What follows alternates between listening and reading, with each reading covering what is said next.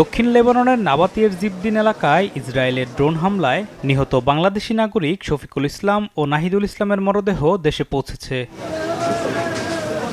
শনিবার মধ্যরাতে কাতার এয়ারলাইন্সের একটি ফ্লাইটে দুজনের মরদেহ দেশে আনা হয়। বিমানবন্দরের ৮ নম্বর গেট থেকে ফ্রিজিং ভ্যান বের করা হলে কান্নায় ভেঙে পড়েন নিহতের স্বজনরা। এ সময় তাদের পাশে থেকে সান্ত্বনা দেন পররাষ্ট্র প্রতিমন্ত্রী শামা ওবায়েদ।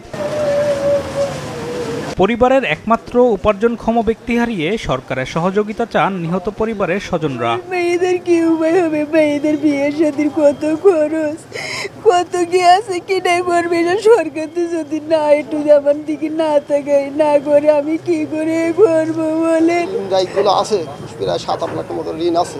এই ছেলেপাড়া থেকে অনেক ঋণ দায়িত্ব হয়েছে। আনুষ্ঠানিকতা শেষে সরকারের পক্ষ থেকে পররাষ্ট্র প্রতিমন্ত্রী মরদেহ গ্রহণ করে পরিবারের কাছে হস্তান্তর করেন।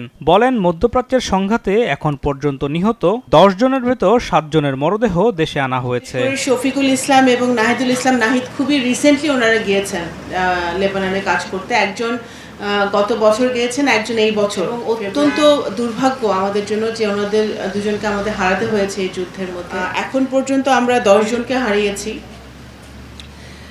আমরা ৭ জনের মৃতদেহ আমরা বাংলাদেশে আনতে পেরেছি। প্রবাসীদের নিরাপত্তা নিশ্চিতে সরকার গুরুত্ব দিয়ে কাজ করছে জানিয়ে নিহতদের পরিবারের পাশে থাকার প্রতিশ্রুতি দেন তিনি। ৩ লাখ এবং ১০ লাখ ১৩ লাখ টাকা করে ওনারা পরবর্তীতে পাবেন।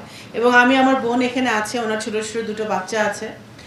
আমি বলেছি যে আমাদের সরকারের পক্ষ থেকে যে সকল সহযোগিতা আমাদের করার প্রয়োজন হয় সেই সকল সহযোগিতা আমরা করব।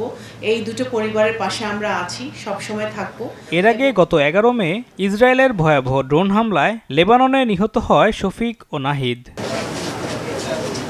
আলিমুজ্জামান সাফওয়ান, দেশ টিভি, ঢাকা।